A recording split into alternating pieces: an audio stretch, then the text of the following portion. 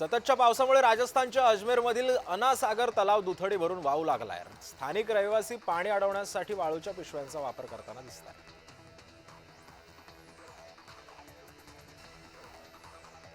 छत्रपती संभाजीनगरमध्ये पावसाने दडी मारल्यामुळे पिण्याच्या पाण्याची परिस्थिती चिंताजनक बनली आहे। तालुक्यामध्ये असलेले जलसाठे देखील तहानलेलेच असल्याचे चित्र आहे। त्यामुळे पुढील काळामध्ये जोरदार पाऊस पडण्याची गरज आहे।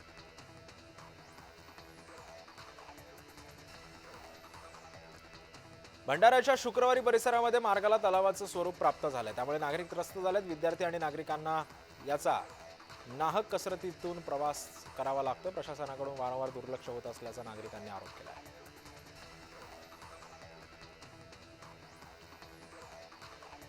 यवतमाळच्या झरी तालुक्यामध्ये मुकुटबन शहरामध्ये अनेक रस्त्यांवरती मोठमोठे खड्डे पडले आहेत। पावसाळ्याच्या दिवसामध्ये या सगळ्या खड्ड्यांमध्ये पाणी साचत असल्यामुळे वाहनधारकांना जीव मुठीत घेऊन प्रवास करावा लागतो। या खड्ड्यांमुळे अनेक अपघात सुद्धा झालेत।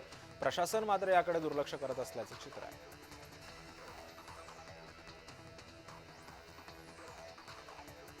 संभाव्य आपत्ती लक्षात घेता सांगली महानगरपालिकेने धोकादायक इमारती उतरवण्याची मोहीम हाती घेतली आहे। शुक्रवारी महापालिकेच्या अतिक्रमण विभागाने धोकादायक गणपती पेठ येथील एका धोकादायक इमारतीवरती कारवाई केली आहे। संबंधित जागा मालकांशी बातचीत करत महापालिकेने इमारतीचा पहिला आणि दुसरा मजला उतरवला आहे।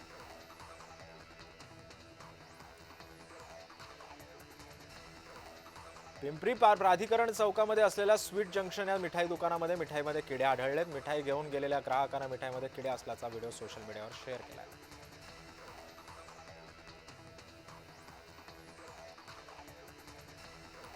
भंडाऱ्यामध्ये एका बालकाची 70,000 रुपयांमध्ये विक्री झाल्याची धक्कादायक बाब समोर आली आहे। या प्रकरणाची दखल घेत भंडारा चाइल्ड हेल्पलाईन कर्मचाऱ्यांनी प्राथमिक चौकशी केली। या चौकशीमध्ये संबंधित बालकाला दत्तक दिल्याचं स्पष्ट आलंय।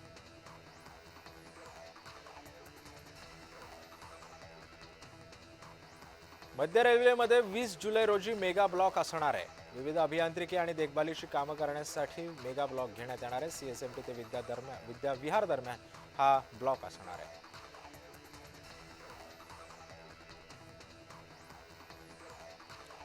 गणेशोत्सवासाठी प्रवाशांची होणारी गर्दी लक्षात घेता मध्य रेल्वेनं 250 विशेष गाड्या चालवण्याचा निर्णय घेतलाय। त्यांचं आरक्षण 24 जुलैपासून सर्व संगणकीकृत आरक्षण केंद्रांवरती आणि IRCTC या संकेतस्थळांवरती विशेष शुल्कासह सुरू होणार आहे।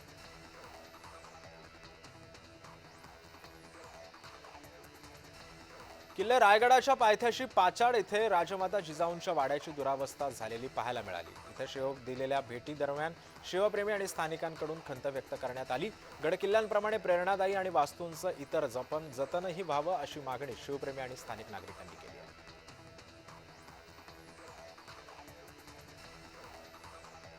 मुंबईतील स्वदेशी मार्केट इमारत धोकादायक स्थितीमध्ये असून पुनर्विकासासाठी काही व्यापारी विरोध करत असल्याचे चित्र आहे। आणि यामुळे 500हून अधिक भाडेकरू व्यापारी आणि काही रहिवासी आहेत। यामध्ये अनेक गुजराती आणि काही मराठी रहिवासी सुद्धा वास्तव्यास आहेत।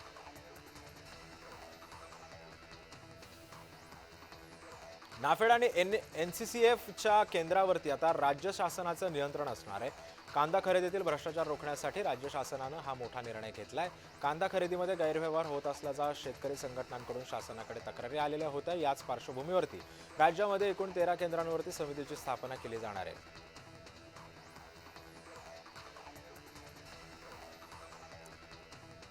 आमगाव तिरोडा गोरेगाव सडक अर्जुनी तालुक्यामध्ये नक्षलग्रस्त भागामध्ये समाविष्ट करा। जिल्हा राष्ट्रवादी शरदचंद्र पवार पक्षाच्या वतीनं महासचिव तहसीलदारांना निवेदन देण्यात आले।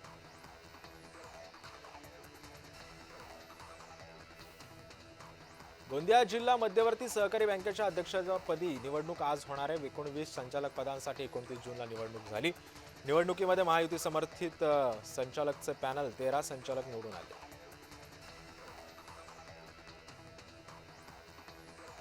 धुळे जिल्ह्याच्या सीमेवर असलेल्या साक्री तालुक्यामध्ये चिवटीवारी येथे या ठिकाण जे आहे ते सध्या पर्यटकांचं मुख्य आकर्षक बिंदू ठरलेला आहे। सध्या घनदाट जंगल, डोंगरदऱ्या आणि गायका डोंगरावरून सुमारे 250 फूट उंचीवरून कोसळणारा धबधबा पाहण्यासाठी नागरिकांनी गर्दी केली आहे।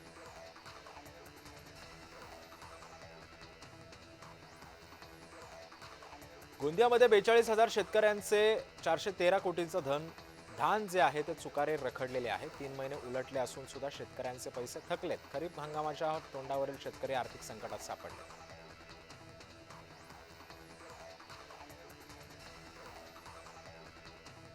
नागपूर रामटेक तालुक्यातील वडंबा गाव जिल्हा परिषदेच्या शाळेवरती वीज कोसळली असून यावेळी 70 विद्यार्थी आणि काही शिक्षक थोडक्यात बचावलेले आहेत. शाळेच्या विज्ञान प्रयोगशाळेच्या स्लॅबवरती ही वीज पडल्यानं शाळेचं जे प्लास्टर आहे ते तडे गेलेले आहे. नागपुरात शेतामध्ये वीज पडून 2 महिलांचा मृत्यू झाला तर त्यांच्यासोबत शेतात काम करणाऱ्या इतर 5 महिला सुद्धा जखमी झाल्या.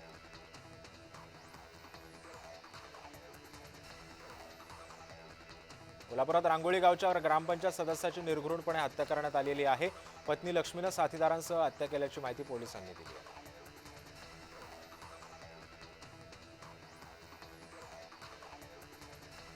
नागपुरातील कळमना बाजार समितीतील संचालक मंडळानं केलेल्या भ्रष्टाचाराची एसआयटीची चौकशी होणार आहे. विधानसभेमध्ये आमदार प्रवीण दटके, आशिष देशमुख आणि कृष्णा खोपडे यांनी ही मागणी केली आहे.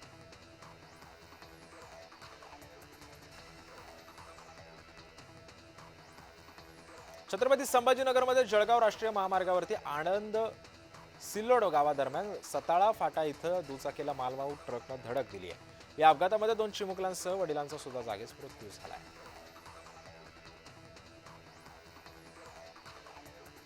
अकोला शहरातील 2 कुख्यात गुन्हेगारांना 1 वर्षासाठी कारागृहामध्ये स्थानबद्ध करण्यात आलेलं आहे. त्यांना एमपीडीए कायद्याअंतर्गत थेट तुरुंगाची हवा दाखवण्यात आली आहे.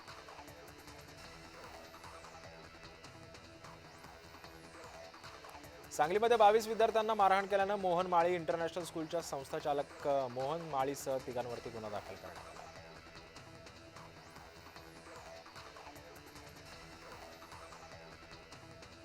बीडच्या कारागृहामध्ये एका कैद्याजवळ 100 ग्रॅम गांजा आढळून आला. या कैद्यानं एका बॉलमधून हा गांजा आणण्याचा प्रकार जो आहे तो उघडकीस आणलेला होता.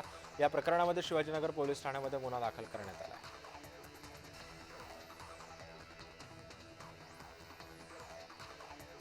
शिर्डीच्या श्रीरामपूर शहरामध्ये मध्यवर्ती राम मंदिर चौकामध्ये सराफ दुकानामध्ये चोरट्यांनी चोरी केली. चोरीची घटना सीसीटीव्ही कॅमेऱ्यामध्ये कैद झाली आहे.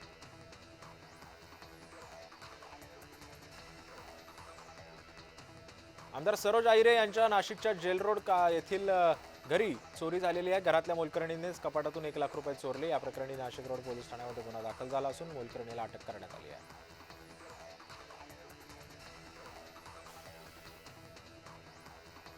वाशी सेक्टर 31 मधील व्ही फाईल लिव्हिंग लिक्विड्स या मद्य विक्री दुकानामध्ये चोरी झाली आहे. चोरट्यांनी तब्बल 17,57,000 रुपये किमतीच्या दारूच्या बॉटल्स टेम्पोमध्ये टाकत चोरी केलेल्या आहेत.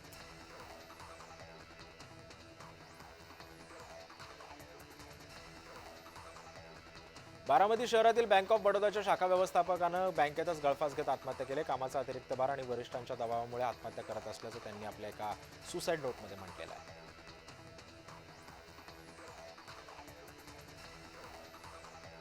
नाशिकच्या अंबड परिसरामध्ये असलेल्या आझादनगर भागामध्ये गुंडांच्या टोळक्यानं हातामध्ये कोयते तलवारी घेऊन वाहनांची तोडफोड केली. रहिवाशांमध्ये आता दहशत पसरवण्याचं काम या तरुणांनी केलेलं आहे.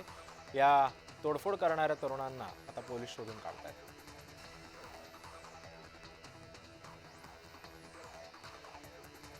नागपुरातील सेंट्रल जेलमध्ये 2 कैद्यांमध्ये झालेल्या किरकोळ वादाचं रूपांतर हिंसक झटापटीमध्ये झालंय. शुभम ठाकूरला कृष्णा तिवारीनं आरडाओरड करत झोपेतनं उठवलं आणि त्यानंतर मारहाण केली. यामध्ये शुभम गंभीर जखमी झाला.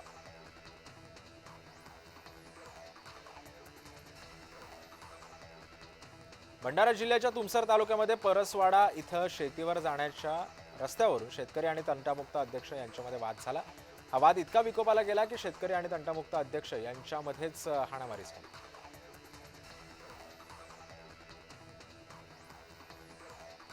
अमरावती शहरातील तपोवन परिसरामध्ये बिबट्याचं वास्तव्य असल्याचं समोर आलंय. तपोवन परिसरामध्ये ऋषिकेश देशपांडेंच्या अंगणामध्ये असलेल्या श्वान बिबट्यानं पळून त्याची शिकार केली. त्यामुळे परिसरातील नागरिकांमध्ये भीतीचं वातावरण सध्या निर्माण झालंय.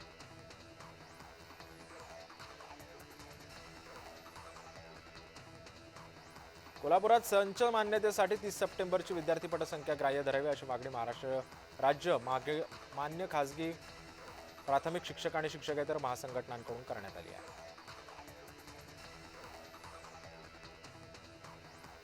शिरूर तालुक्यातील तळेगाव डमडेरे गावामध्ये प्रभाग रचनेमध्ये झालेली विभागणी गावकऱ्यांच्या नाराजीचं कारण ठरले. या विभागामध्ये गावाचं राजकीय अस्तित्व धोक्यात आल्याची भावना नागरिकांमध्ये निर्माण झाली आहे.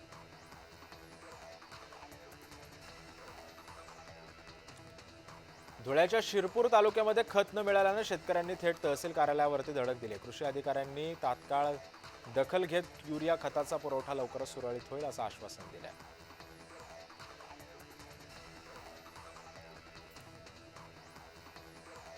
सांगलीच्या पलूस तालुक्यातील वसगडे येथील शेतकऱ्यांचं आंदोलन स्थगित झालं। लेखी आश्वासनानंतर शेतकऱ्यांनी आंदोलन मागे घेतलंय।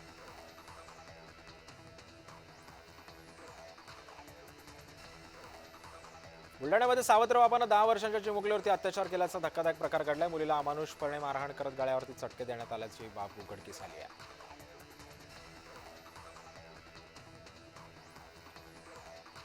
रायगडमध्ये अवैध सावकारीच्या तक्रारीवरून रायगड पोलिसांच्या स्थानिक गुन्हे अन्वेषण शाखेनं पेण तालुक्यामध्ये 2 ठिकाणी धाडी टाकल्या। या धाडीमध्ये कर्जदारांसोबतच बनवण्यात आलेल्या वचन ठिया आणि धनादेश ताब्यामध्ये घेतलेल्या।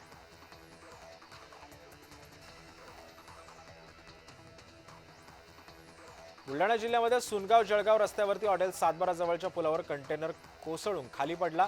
त्याच्यानंतर वाहनावरील ताबा सुटून हा अपघात झाल्याची प्राथमिक माहिती समोर आली आहे।